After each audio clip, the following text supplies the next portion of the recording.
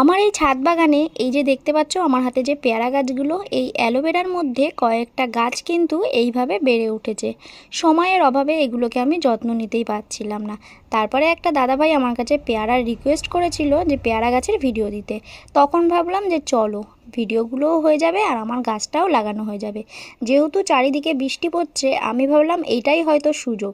সেই কারণে সুযোগটা আর মিস করলাম না। দুপুরবেলা না ঘুমিয়ে এইভাবে তো আমি গাছ বসাতে শুরু করলাম।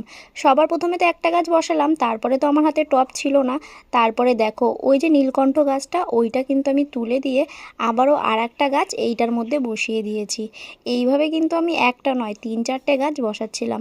আর এই গাছটা তো কিছুতেই বসছিল না, জানি না কেন। তারপরে এই গাছটার জন্য আমি কিন্তু 3-4বার মাটি তুলে আবারও নতুন করে বসাবো। তারপরে দেখো বসছে না, তারপরে আবারও তুলেছি। তোলার পরে ওর নিচে যে রুট ছিল সেই রুটগুলো কেটে দিয়েছি। তো চলো এখন একটা একটা করে গাছগুলোকে কিন্তু বসিয়ে দিলাম, আর তারপরেই কিন্তু জল দিয়ে দিয়েছি। আর এই কাজটা করার সময় কিন্তু এই 3টে কাক আমার পাশে এসে অনেকটা সময় আমাকে হেল্প করেছে। চারিদিকে বৃষ্টি, একা একা ভালো লাগছিল না, তার মধ্যে ওদের ডাক শুনতে শুনতে কাজগুলোকে কমপ্লিট করেছি। তো চলো আজকের মতন আসি। আর যারা যারা আমার ভিডিওটা প্রথম দেখছো প্লিজ সাবস্ক্রাইব করে পাশে থেকো। আর হ্যাঁ, নেক্সট ভিডিও কি করব অবশ্যই কমেন্ট করতে পারো। দেখা হচ্ছে নেক্সট ভিডিওতে। টাটা।